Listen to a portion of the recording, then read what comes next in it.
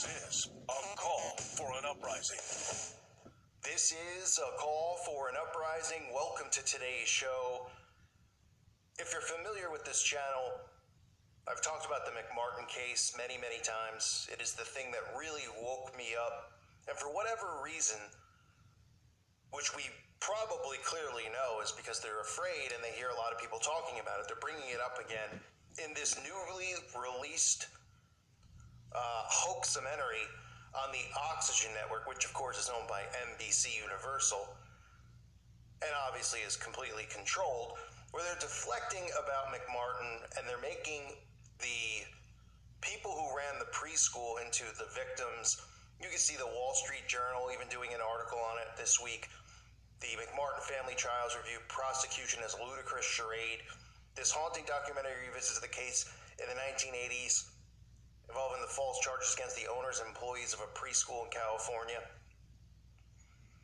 This case was the case, and I'm going to show you some clips to show you what a charade this documentary is and what a charade the mainstream media is, but this was the case that could have blew it all open. This was the case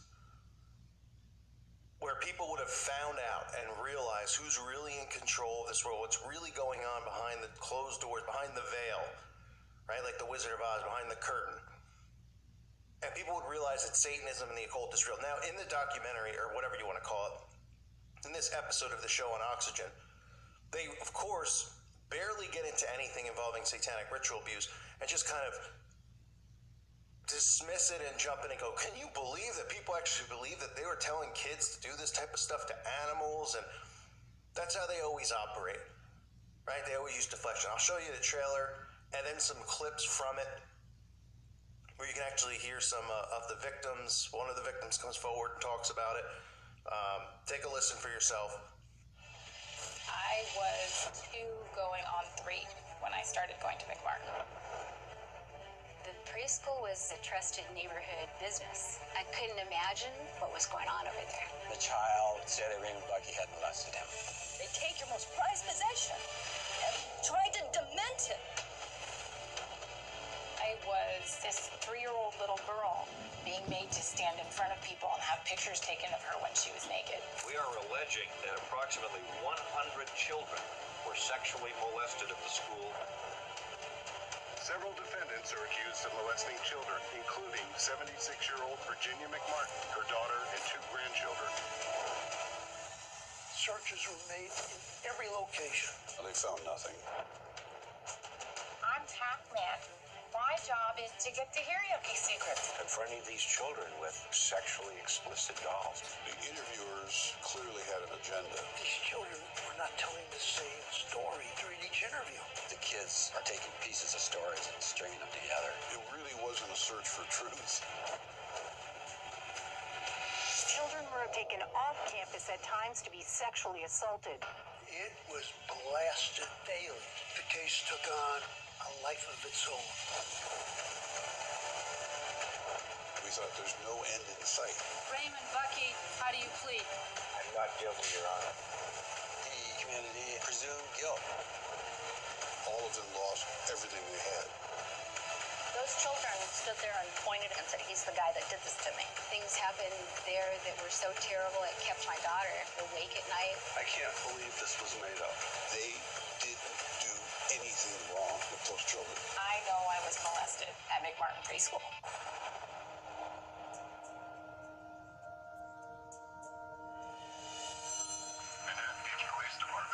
My name is Judy Johnson, and I want to report a crime. Judy Johnson was the first person who had reported any kind of problem at the Mcmartin Preschool. Judy Johnson was suspected of being an alcoholic. I had my investigator spend time with her, and he came back and told me what she talks about from moment to moment makes no sense. She never became a real part of my defense because I didn't know she had, perhaps schizophrenia and drinking problem because they hid it. So the idea came about and I generated as much as I can. I think we need to see this witness. She called me the day before she was to testify saying she did not want to come into court. I tried to assure her we would protect her, we'd make sure she was comfortable. I tried to do everything I could because we needed to have her come in. And that night, she drank herself to death.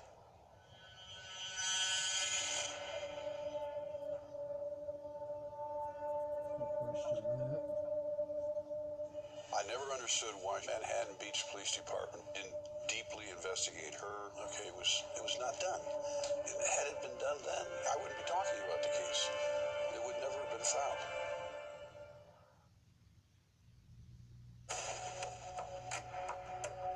McFarlane, supposed expert in child abuse matters, thought her technique should be videotaped. And what we discovered, these children were not telling the same story during each interview. When the child said no, referring to Ray, he wasn't even there when I went there. They'd say, well, how about your sister or your brother? And they'd have their names, and they'd work on maybe it happened to your brother and your sister. Maybe you don't know. Confronting these children with sexually explicit dolls. They were 3 and 4 when they were in preschool. Their memories weren't accurate. If you watch the videos, you see they didn't know who their fellow classmates were.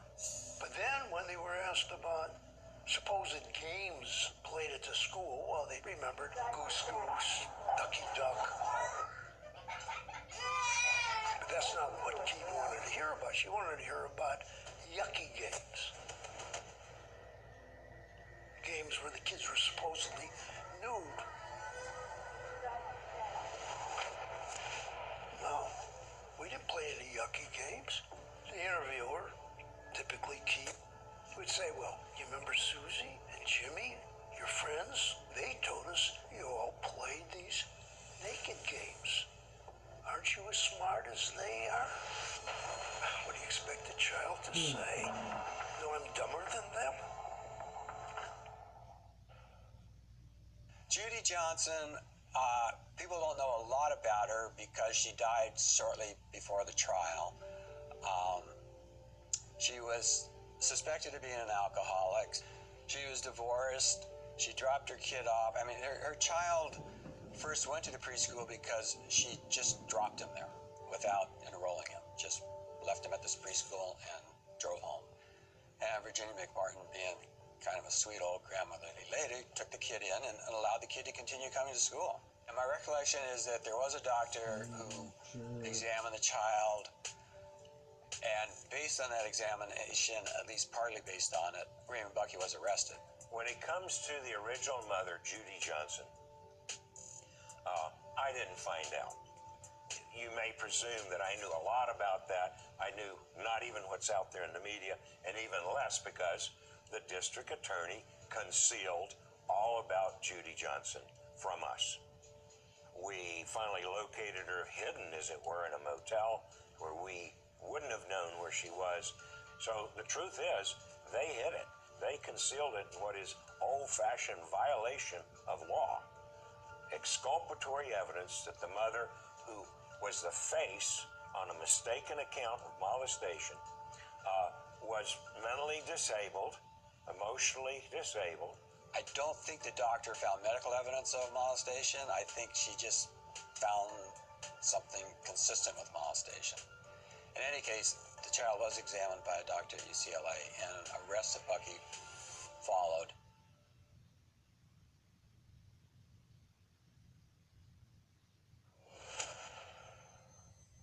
This one evening, I took Elizabeth, and the two of us went in, and she walked right into a bathroom, kind of just a little bathroom where there's just a little sink and a little toilet. And she said, "This is where the tunnel was." There was no tunnel there. I didn't see any tunnel. I didn't see a break in the wall. I didn't see anything. But she said, "This is where we went through the tunnel." I remember being in what felt like a tunnel and having pictures of what to me I thought was the devil on the wall. I don't know if it was a bull's head or the devil, but to me as a kid it was the devil. And there being like candles off the side, like a light, off the wall, and it was dark. I remember going downstairs to get into it. So I went, a couple of nights later, I was with my friend, a good friend, and her daughter to go over and pound. And the daughter said, "Oh, I want to show you. This is where we went into the tunnel." Oh, I still get goosebumps, because how could two different kids who didn't know each other, well, they sure didn't know each other, they knew each other now, but they didn't know each other at preschool, and they never talked about preschool. A group of parents hired a tunnel expert. And the tunnel expert goes because the kids had talked about there being tunnels under the vacant lot that was next to the preschool. So a tunnel expert digs up the tunnels. Digs up the lot. Digs tunnels into the lot. And then there's press out there, and he's talking as if these tunnels were there. I never doubted anything either of my children said about what happened to them at the preschool. Especially, in all honesty, I might not have believed it if they told me and I didn't have any other frame of reference. But once I had a frame of reference, and I know these kids weren't talking to each other, deciding how to make this all happen, I never doubted anything. I don't know how it happened. I don't have the imagination to figure it out, but I do not at all discount anything that they said. Of course, the one guy stumbling over his words about the tunnels, they dug to look for the tunnels and they found the tunnel. I mean, the tunnels, there were no tunnels, right? And obviously, if you're familiar with this case, Ted Gunderson actually was able, after the case was dismissed, to access this land before they demolished. Well, they demolished, and then they were going to build a building over it, of course, cover the evidence as they always do, but they actually filled in the tunnels with a different type of soil, and they had archaeologists and all types of people there who dug into it and found these tunnels that were leading to airports and all these different locations where they were trafficking children out. Absolutely frightening stuff, but this is the truth of the world we live in. And people think that hundreds of kids come forward and they just suddenly are making up stories back in the 80s, like they could even communicate or fathom. Like they couldn't even fathom this type of stuff. Their imagination wouldn't even be able to make these types of stories up because they don't even know what this stuff is, in regards to the sexual acts done on them, these satanic rituals done. But they're able to come out to the media and just make it, the mother was an alcoholic, the first woman who called in, and then she just happens to just die the day before the trial starts. Oh, that's not a coincidence at all. Right? She's an alcoholic, and it just works out the day before the trial, she just drinks herself to death. How convenient. And then, of course, they go after everybody's character, right? Because they just attack somebody's character. It has nothing to do with the children. They just completely deflect off the children. Then they say these adults manipulated the kids to make up these stories. Like there was some grand scheme here. Like they were going to make trillions of dollars off of this dumb preschool center. You can even see them laughing, during this documentary. If you want to watch it, it's on Oxygen if you have cable. You might be able to find it on YouTube. I found a few clips that I obviously just showed you.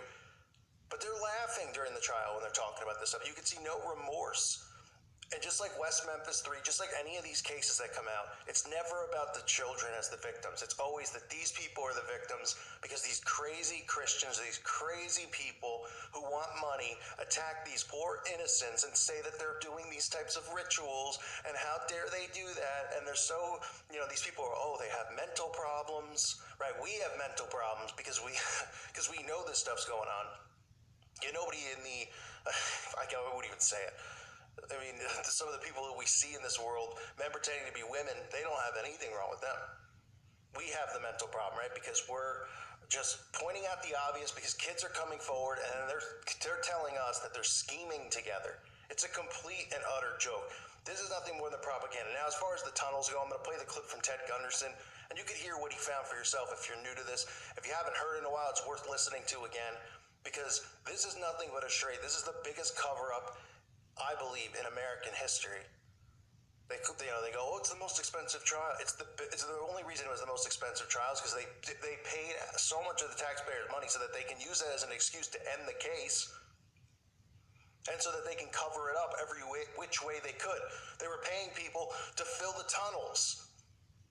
I mean, it's so obvious what happened here and how it's amazing that they have to bring this back up and deflect again, because they do, because people like me are talking about it, and we're not gonna stop talking about it. So here's Ted Gunderson talking about the tunnels. Let's talk about the Mcmartin case. In April 1985, authorities went to the Mcmartin case and looked for tunnels under the school. The children had said that they were taken into tunnels under the school. There was a chamber down there. They were sexually molested. That involved ceremonies, adults with robes, candles, chanting. Adults had no clothes on under their robes. And they were taken up into a tunnel and a triplex, a bathroom trapdoor of the triplex next door. They were taken out in automobiles. We're talking about 2, 3, 4-year-old children, folks. And prostituted in the community. The authorities received this complaint in 1983. They began their investigation. The authorities finally in 85, went out and decided to look for the tunnels because they said the children were hallucinating. The children also said that they were taken by air up into a mountainous area where they were exposed to satanic ceremonies based on what they described, and brought back in time for the parents to pick up the kids. So the authorities didn't find anything. We're getting off. Pull those next slides.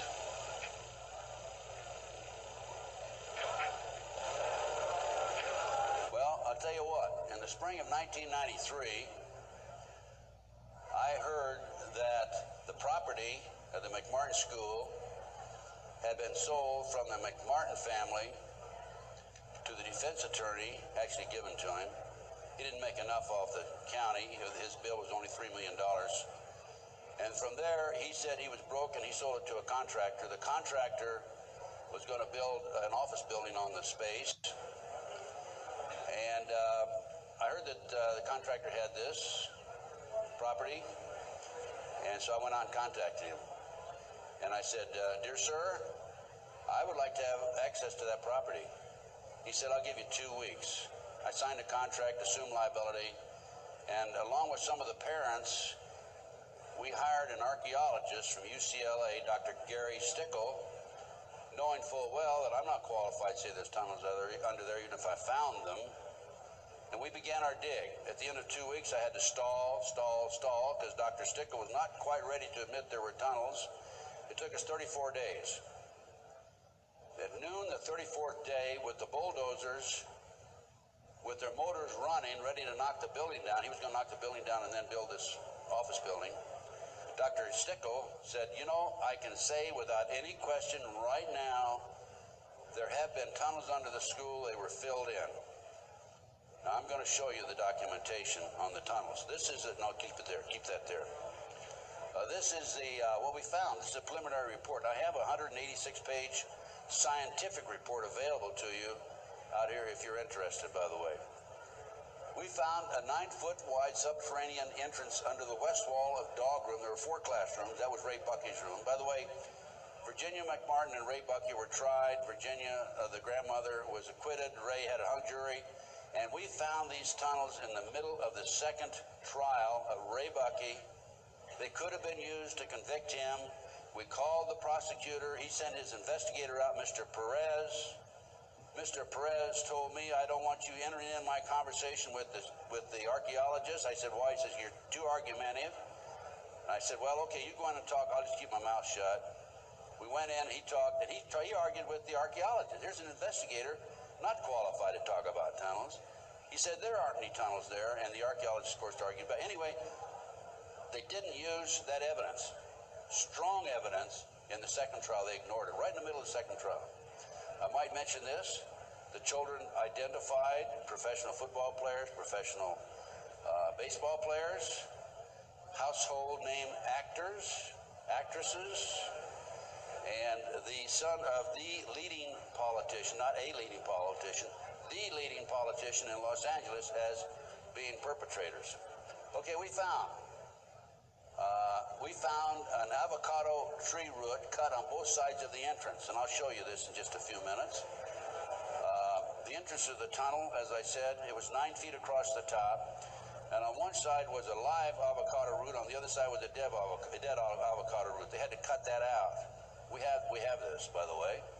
We found a plastic Disney bag, copyright 1982, about 4.5 feet below the classroom floor, and 3 to 6 inches in from the entrance and under the foundation. Now, the reason that plastic Disney bag is so important is because we think that they filled the tunnel in 1982 when the complaint was initially brought to the attention of the authorities. I said 83, early it's 82 when the complaint was made.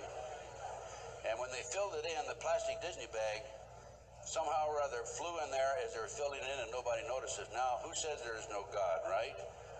What documentation, fantastic documentation, that tunnel, the entrance to that tunnel, this is right at the entrance, was filled in 1982 or sometime subsequent to 1982. Mr. Ken Lanning, the outstanding know-it-all FBI expert, behavioral science, says that I took that garbage bag in 1993 out of a trash can and placed it there, that I planted evidence. Of course, Mr. Lanning says there's no organized satanic movement in this country today. There's only a few dabblers here and there. Thank you, sir. We have another 3 hours to go, okay? Can you hang in there? Okay, the tunnel proceeded south, then 45 feet through classroom 4 and 3 and north, then 10 feet within the classroom 4. The tunnels were 30 inches wide, 44 to 46 inches deep, with the top of the tunnel 30 inches under the classroom floor. The children were able to walk through it. We're talking about young kids now, right? The adults had to stoop down and walk through, but they could do it. The tunnels were built in kind of a triangular, or I should say a semicircle type, so that they had natural support, I guess. These people know everything. They are brilliant. The footing between classroom 3 and 4 was arched, where the tunnel passed underneath it, and 12 inches shorter in depth at this location than the same footing 12 feet to the north. I'll show you that in just a minute. That's significant, because the arch was where the tunnel went, and it was arched in that particular location, whereas 12 feet away, it was 12 inches longer or thicker. Footing between, there were 4 large upright containers were found in the tunnel under the arch, obviously hand-placed. A 9-foot wide chamber was found along the tunnel across classroom 4. The top of the chamber and the top of sections of the tunnel had layers of plywood covered with tar paper, which had apparently been supported by cinder blocks and 2x2 and 2x4 wooden posts found underneath. Tunnel features made it evident that the tunnels had been hand dug.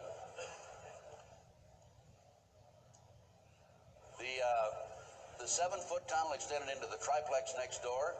The tunnel extended from the bathrooms off the office and classroom 1 to the front yard of the triplex next door. Front yard concealed from the street by a 3-car garage. Children described the entrance and exiting tunnels in the triplex yard exactly where the tunnels and exit were found.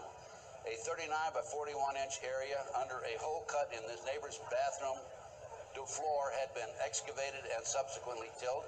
Now, that was where the kids told us ahead of time that they were taking it up in a trapdoor in this bathroom.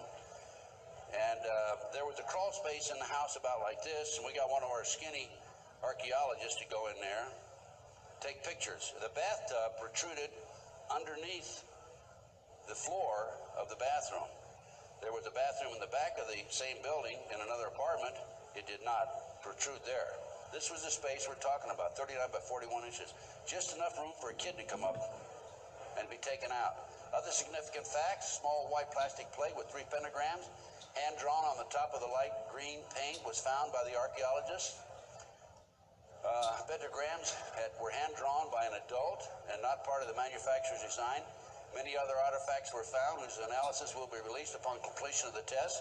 The analysis has been released. That's the scientific report I told you about. No doorknob on classroom 3, only a dead bolt lock. Each classroom had an on and off switch which was labeled fire alarm. The system did not connect to the fire station but was used as an alert within the school if somebody came around. More than 2,000 artifacts were found under the school floor, including over 100 animal bones. Due to the constraints and time constraints and so forth, we had to discontinue the process on noon the 34th day. By the way, this cost us, a lot of people donated their time. It still costs us money. It cost us between $55,000 and $60,000. I personally put in $17,000, which I ended up, in many instances, paying over a long-term period payment plan. This is a floor plan of the whole lot. There is, right there, the building itself. This is the entrance, the concrete slab, a vacant lot there. This is a yard. And here's the avocado tree we're talking about. And here's the entrance right there. Now here is the tunnel. It came in here, extended here, and here's the chamber. Across here, we think, but didn't have time to explore this. The tunnel went up here. Now we definitely were able to come up with it here, right here, and it came into the bathroom over here. Okay. There's the entrance. It's 9 feet across here. I'll show you a diagram in a few minutes. There's the avocado tree. Those roots are live. Over here, we had a dead avocado root. Okay, next.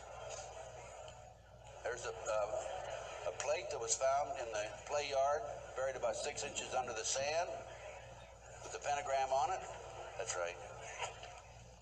And here's a diagram of the tunnel. This is the entrance of the tunnel. Now that's the floor, the footing for the classroom 4. Here's the plastic Disney bag, was located right there, partially under the footing and partially out. And this AF means artificial fill. And this was the shape of the entrance. Okay.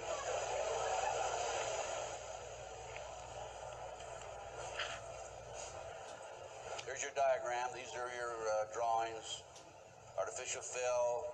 Here's the avocado root there. Here's the dead root over there. Distance 120 or 21 inches below and 14 inches below the footing. There's the avocado root there, live avocado root. And these are all diagrams by the archaeologists. Good documentation. There are the roots themselves. That shows you the size, 2 centimeters. Next. There's the plastic Disney bag. Turn it over. There's the plastic Disney bag. Disney, classroom 82, 83. Sandwich bag. It was a sandwich bag. This shows the arch of the tunnel. Now, the school was built in 1966, which means the foundation was laid then.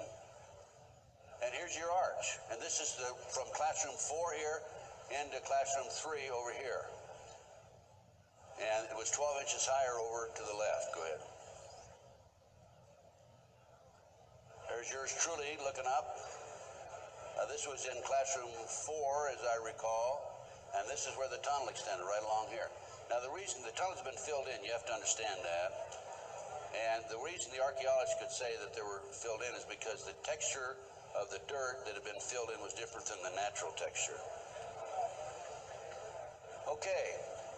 Just turn it off for a minute. In addition to the tunnels, I developed information that an abandoned satanic site was in Crestline, California. Crestline, California is in the mountains. The kids said, remember a few minutes ago, they were flown by jet, or flown, they didn't say jet, into the mountains. There's an airport 10 minutes from the Mcmartin Preschool. It's Hawthorne Airport. There's a landing strip in Crestline. I heard about this abandoned satanic site, and I went up to the site, took pictures.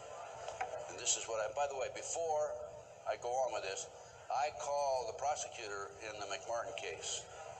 And I told her, hey, I think I know where the children were taken. If they weren't, it's certainly worth looking at. And I will be glad to make this information available to you. And if you want to have the children go up and look at this abandoned satanic site, we can. She said, we're not interested. They weren't interested in hardcore evidence, the tunnel. They weren't interested in this abandoned satanic site. Go ahead. This is what we found. 666, one of the satanic signs. That's a stone on the site. The house had been up here. The day after the McMartin case broke in the news, the house burned to the ground. And it was here. The street's on the other side of the hill. You cannot see the site, this area down in here, from the street. You have to go in, would have to go in through the house and come down. And this, you can see it's quite elaborate. There's my associate, Judy Hansen, who works with me in LA. And next. This is looking at the opposite direction of the picture we just took. And you can see there's San Bernardino down in there. And you can see that on the side of a mountain like that, nobody's going to find it unless you fly over with a helicopter. That's probably an altar, flattened stone. Also an altar, another altar that had been broken. This is, of course, you recognize the star. Now, this is a satanic symbol. Put the next one up. Hold the first one. There it is right there. Put the first one back on. Now overlay them. Turn it around that way. Okay, any question about that, folks? No. And let's read what that says. Amsday. Asmodee, a strong and powerful king, appears with 3 heads, the first like a bull, the second like a man, the third like a ram. He has a serpent's tail, the webbed feet of a goose, and he vomits fire. He rides an infernal dragon, carries lance and pennon, and is the chief of the power of Amaman. He must be invoked, be bareheaded, or otherwise he will deceive. He gives the ring of virtues, teaches arithmetic, geometry, and other handicrafts, answers all questions, makes men invisible, indicates the place of concealed treasures, and guards them if within the domain of the Amaman. Oh, what do we got here? Another satanic symbol. You think that wasn't a satanic side? Overlay it. Okay. Is that it? It's the other way around, isn't it? Yeah. Flip it around. Okay, there you go. Okay, now let's read what that sign means. That is the seal of Amsman scale. I guess that, no, that's the wrong, that's the one before. Belial, a mighty king created next after Lucifer, appears in the form of a beautiful angel seated in a chariot of fire and speaking with a pleasant voice. He fell first amongst the superior angels who went before Michael and other heavenly angels. He distributes preferences of senatorships, causes favors of friends and foes, and gives excellent families. Familiar? He must have offering and sacrifices made to him. Next. And there's another satanic sign. I couldn't make that one out, so I couldn't match it with anything, obviously. Here's some ovens.